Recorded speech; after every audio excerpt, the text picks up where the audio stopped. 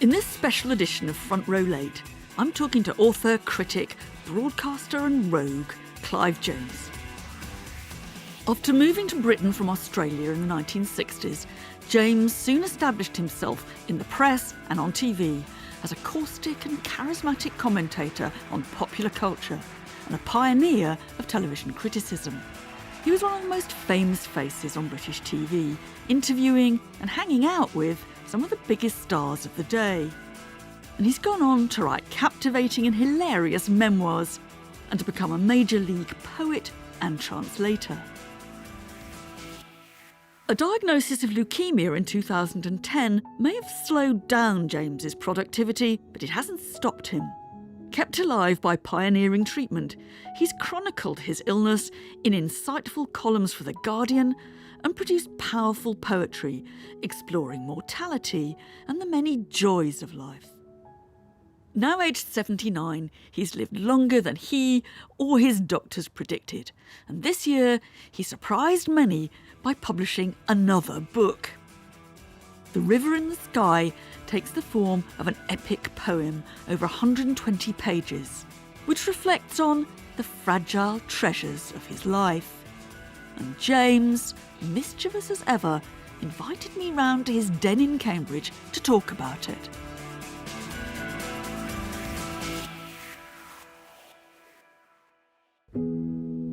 All is not lost, despite the quietness that comes like nightfall now, as the last strength ebbs from my limbs, and feebleness of breath makes even focusing my eyes a task. But no complaints, simply because enforced, this pause is valuable. Few people read poetry anymore, but I still wish to write its seedlings down, if only for the lull of gathering, no less a harvest season for being the last time. Clive, I've got your book, your new poem, in my hand, and it's all scrawled over. But I want to start simple.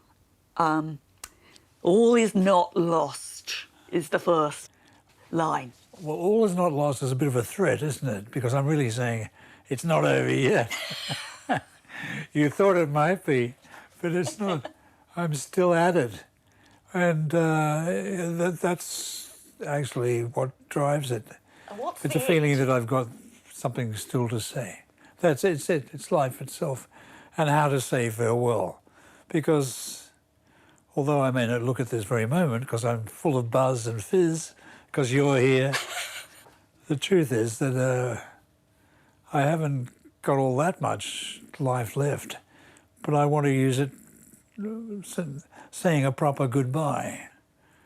It is, in some ways, a kind of elegiac reflection on what the interface between life and death means. And how you can find cultural forms in which to talk about that. Yes. And it was really striking that you didn't so much go back to the classical world, though you do that a bit. You went back to Egypt. There's one point where you say, look, actually, everything we've already thought always has started in Egypt. Now, I haven't spotted Egypt in your work before, so I wondered where it came from.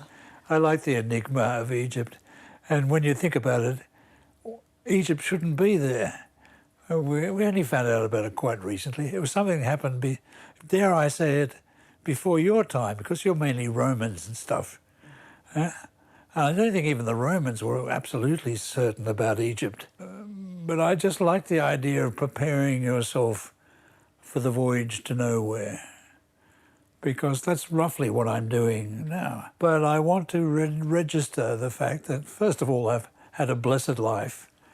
And second, there's something blessed about the whole process of moving on. Now, that's the rare bit. As epics go, this is A, very short. It's a small epic. B, it's remarkably happy. It's content with the exit from life. And I like to think that's my contribution. In some ways, it kind of explores that sense of life ending. Yes. Through the model of all those cultural moments that people remember collapsing and mixing up. What's so exciting is that you can compare Egypt, you know, with Auschwitz. Modern history, especially, is in the poem a lot, and especially the bits of modern history that are very, very hard to take, like the concentration camps and so on. It's all in there because it wasn't that I was there, but I was alive at the time. And there's a constant reminder in the poem, look, I was there, I was around. Your generation, and you in particular, you grew up in this wonderful mixture of what we might call high and popular culture. So, you know, 1 minute, you know, in the poem, you're sitting there watching the diving at the Rio Olympics. You know, the next minute we're with Camus. The next minute we're with some intellectual I have to Google to find out about. And then you're with your granddaughter. Stick around, Mary, because that's exactly what it's about. It's about that mixture of, well, I won't say the unrespectable and the respectable. I would say of the cultural and all the stuff that is cultural too, but it's not called that. Yeah. Like the high divers are in it, the circus, everything that people do. Yeah. It's a carnival, and I always thought life was a carnival. There's one thing I got right when I was a kid. I found it all interesting. In other words, I didn't pay attention in school. And I'm still not paying attention. I'm still not doing it. I got all my interests into the one spot. That always was my subject. As a writer, the stuff that doesn't matter matters too. Yeah, that's my subject. But it's also about how you cite your own autobiography. I mean, yes. It's back to your dad and your mum and your wife and your children. And so you feel that this is really kind of, there's a weave. Everything is pertinent. And the business about my father, for example, he's in the poem several times, but that's the only place he is, because I can't remember seeing him. I saw him for about 10 minutes when I was tiny. So it's really coming to terms with an absence in the household. Your father was killed on the way back? He was killed on the way back from Japan. He was a prisoner of war in Japan, and he got killed on the flight home. It was just one of those things. But of course, if you're a kid, it's 10 of those things. It's everything. Yeah. And it shaped my life, really, seeing what it did to my mother. So my personal story is in there too. But the idea is that everybody's personal story is in here. This is an era. This is my poem of an era, which is my era, which is now coming to an end. You say few people read poetry anymore. I'm poking a stick at my publishers. I should have written an extra line, except of course for mine. One hopes to be read, but you've got to write on the assumption that people don't care much about poetry. I think the answer is to make the poetry look like something else. But I think there's a hope for poetry as long as you get your attention off the question of whether the poetry has a future. Poetry has always had a future. We're talking about it now. It's in the future now.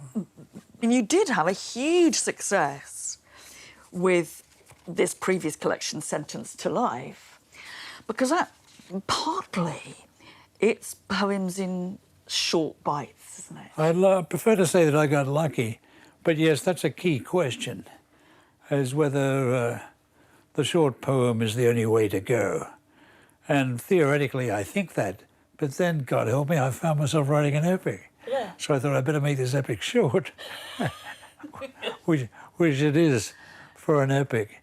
But there were things that didn't fit into the format of a short poem that I wanted, nevertheless, to write anyway. So it accumulated. It turned into this book, and I don't think that was a mistake. What's a possible mistake is saying as you go in, this is a big thing. It's not really. It's something I wrote naturally, And if it isn't enjoyable, then it's dead. And so am I. There's the gag. At last, a joke. You've written a huge amount since you got terminally ill. I mean, that's what, big question. That is what, you know, if everybody thinks Clive James, they think the guy is writing all this stuff. I recommend imminent death for any writer. It concentrates the mind wonderfully. And here's the big thing, you're not doing anything else. I'm sitting here, I'm either reading or writing, getting ready to write. What else am I going to do? I'm not going to go out and ride my bike. And so it's good for the concentration. And there's a lot to think about. There's a life to think about. And I'm very grateful to have had one. When you write, are you doing it on this table? I mean, what's the... Yeah, this is it. Yeah. This is In fact, it's remarkably clean, actually, because your wonderful people here have swept it, or swept the contents onto the floor. In fact, it's easily heaped up with stuff. Yeah, this is where I do it.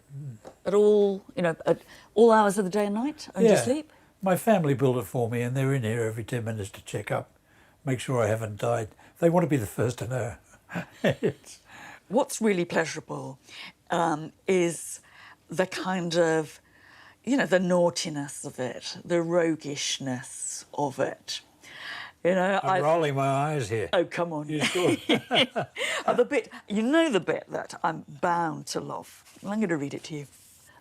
It's about how awful ancient Greece must have looked when it was all painted. Ah. You know, and you say, thank God and every other God there is that time is an aesthete who strips the colours from the path. You have to believe me that I actually aimed this bit right at you, because yeah. I suspected from watching your programmes that you felt the same. Absolutely. That you found ancient Greece, or ancient anything, just a bit overpainted. Yeah. It actually benefits from a bit of weathering, doesn't it? It jolly well does, you know. It beats the polychromatic crap out of the Disneyland that antiquity once was. Antiquity once was Disneyland, there's no question of it. Before too long, that is being set in one of my exam papers. Go ahead. It is going to provoke these kids. I think it's true. It's true. That's all I have to say, it's true. If you saw the past the way in its original condition, you'd be stunned at the vulgarity. Yeah. As a reader, you get constantly rewarded by naughty bits in this. You know, naughty bits of kind of different types. Say it again, it's not going to hurt me. It's full of sex. It's full of sex. It's full of surprises about sex. Yes. And full of the unexpected. Mm. And you get that kind of sense of the real playground of the elderly poet. Love, desire, renewal. You don't escape them. You don't get out of it just by growing old. And in a way, you get better at writing about it when you are. You get better at thinking about it. I'm not so sure about the thing itself, but you do get better at thinking about it, getting it in perspective. Do you think it's a difficult poem? So a lot of people who I think they've been shortchanged and come out of schooling afraid of poetry, and they shouldn't be, and certainly not made afraid by this. I don't think it's even tricky. I think the themes are up front. It's as simple as ABC. I think poetry should have another chance on that level. I think the wrong turning happened when it was especially the guys. It was Eliot and Pound. I thought, well, hardly anybody's reading it, so let's go obscure. I think that was an error. But you've got to take all the risks of trying to be popular. For one is the biggest risk, you might fail. What if they don't? What if they don't buy it? What poems do you read? What poets do you read? I read them all, or I did. There I'm feeling my lack of strength. I've just discovered a wonderful American poet called Gertrude Schnackenberg. She's really called that. And I wish I had time to catch up with everything she's done. I think she's brilliant. And the reason I took so long to discover is the time has gone when I could read everybody. I can't keep up. It's very clear when you read this poem that it's written really from, I imagine, this room. We go everywhere in the world, and yet we always come back to. We partly come back to family, but we also come back to a sense of Cambridge and the place that you have, in a kind of way, made your home. Well, I won't be leaving here now. And so it's a poem about that, because it's about a poem about all the travelling I did. I went everywhere at one stage. But the day comes when you get stuck at home and you have to reflect on it. And I'm very, very grateful for my life of travel and seeing things. But in this poem, I try and concentrate it all in what will remain. This is what remains of us. Yeah. There's a lot left out, though, inevitably. Yes, that's true. Most of my private life is left out, thank God. We won't go into detail, but yes, that's necessarily so, I think. You think I was some kind of hero saint when you read this poem? Not quite. If I ever danced again, it would be with you on the smooth boards of this kitchen. Shall we try it soon? Worst that can happen is I trip over my feet, you're trapped below my body, and the Daily Mail reporter gets here before the police. It could be a fun scene, but alas, my legs are heavier than a hulking god's at Karnak, and I can barely stumble. There's not so much of the kind of Clive James, the TV star, you know, that side of James. Are we going to hear more of that? It had better be soon. That's all I could say about that. And you've been saying that for a long time. No, I probably won't get round to telling the rest of the story, as it were. The rest of the story is in here. I haven't really got much common sense by nature, but I've got to be sensible. I can't go on like this forever, although sometimes it feels like one can. In the 1980s and 90s, James was one of the most popular and highest paid personalities on British TV. He was in with some of the biggest names in show business, from Mel Brooks to Frank Sinatra, and was granted an audience with some of the most famous and intriguing characters of the day. Do you ever ride the subway? I actually do sometime, and it usually if I go for tennis matches, or if I go, for example, to Madison Square Garden.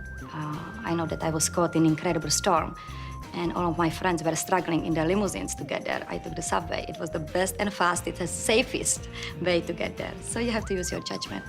In his London weekend television series, Clive James on Television, he turned a wry eye on amusing and bizarre TV and odd cultural exports from around the world. And it was watched by millions each week. But there can't be any doubt that the toughest marketing job of all on the international airwaves would fall to the Swedes, were they ever to try and break into the English-speaking market with this long-established brand of local toilet paper. And in his series Saturday Night Clive, he teased out surprising revelations from some famous and infamous faces. Mrs. Marcos, the whole world is fascinated with your shoes. Was it really necessary to have 3,500 pairs? Well, first of all, I would like to say that when you open anybody's closet, you find shoes. Thanks God, in this closet, they found shoes and not skeletons.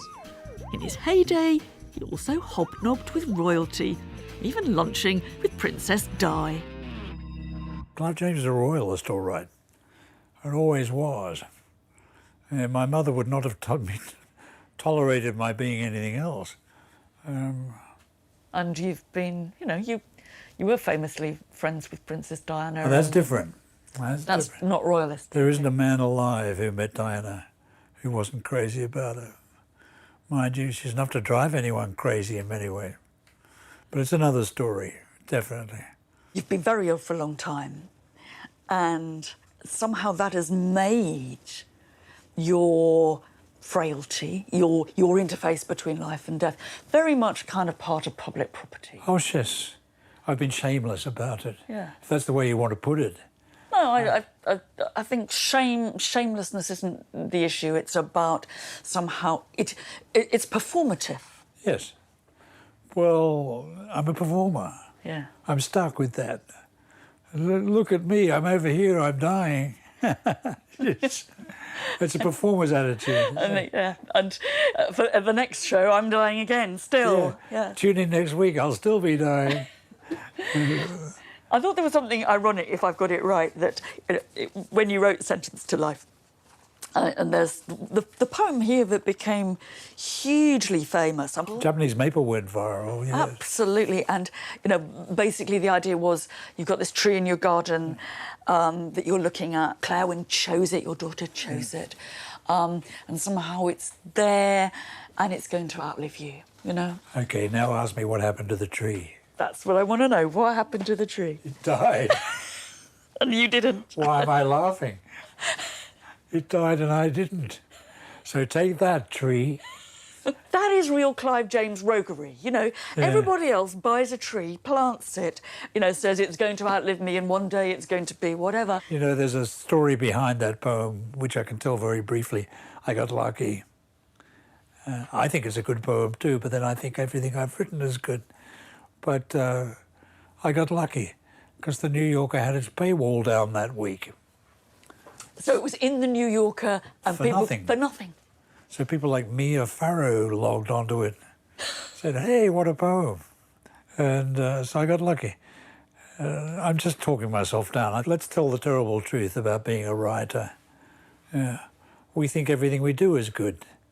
We better think that or you won't do it. See, it's basic equipment. Do you think that's... if you were to say, what have I written that, now I think I could have done I've got a list of 20 books that I wouldn't have done, but I'm not telling you.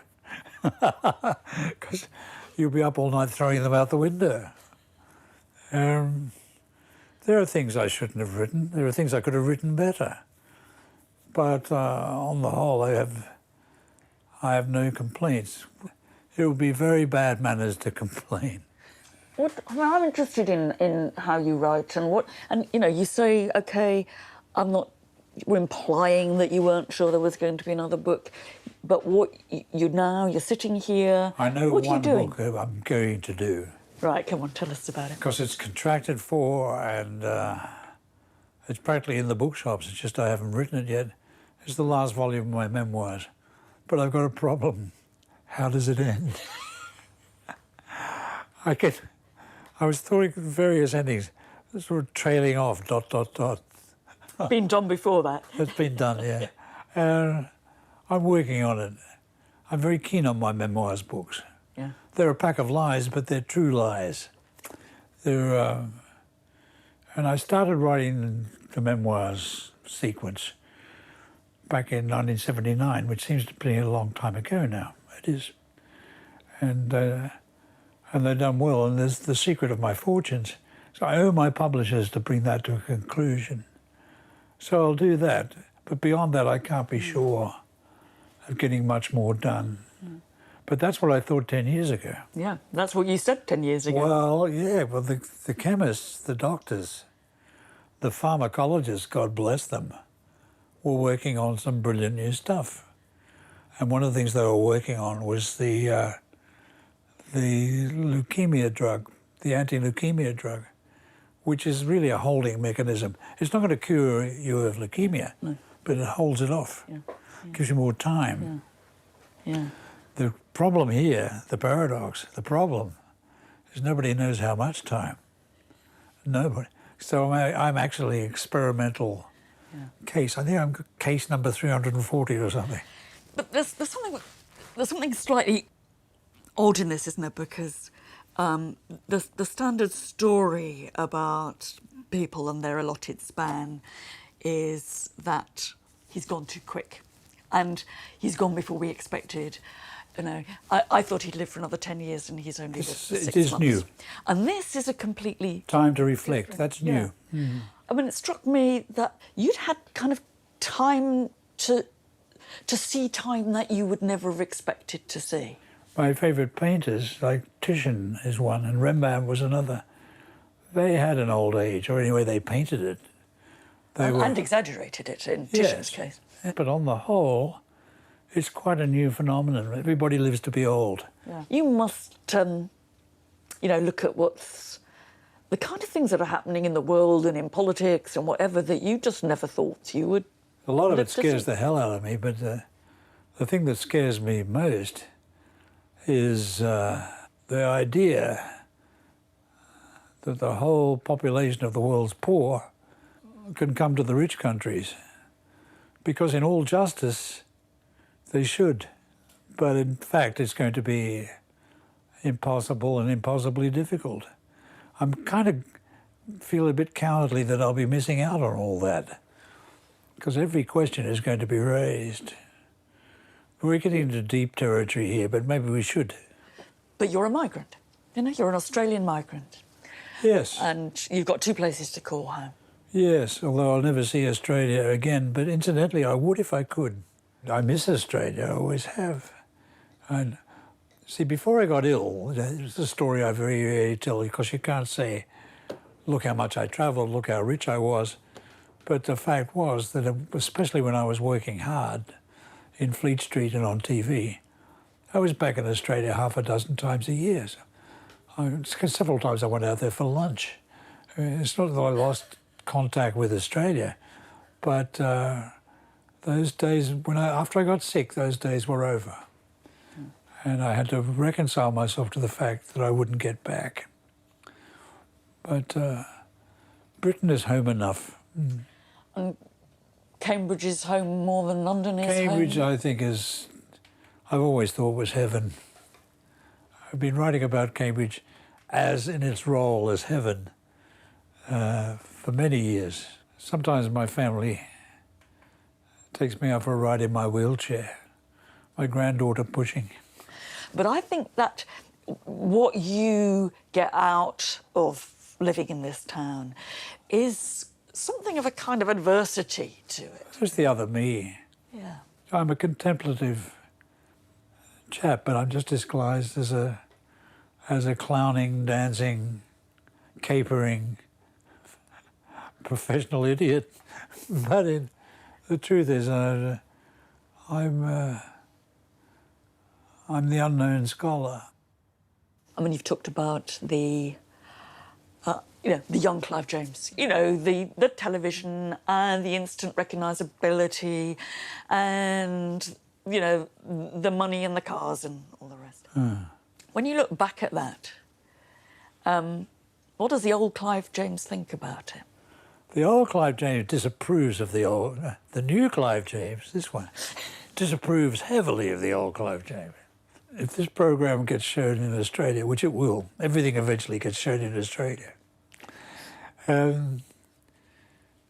it will be noted that at this point I took the opportunity to mention the word larrikin, because Australians know what a larrikin is, but nobody in Britain has ever known.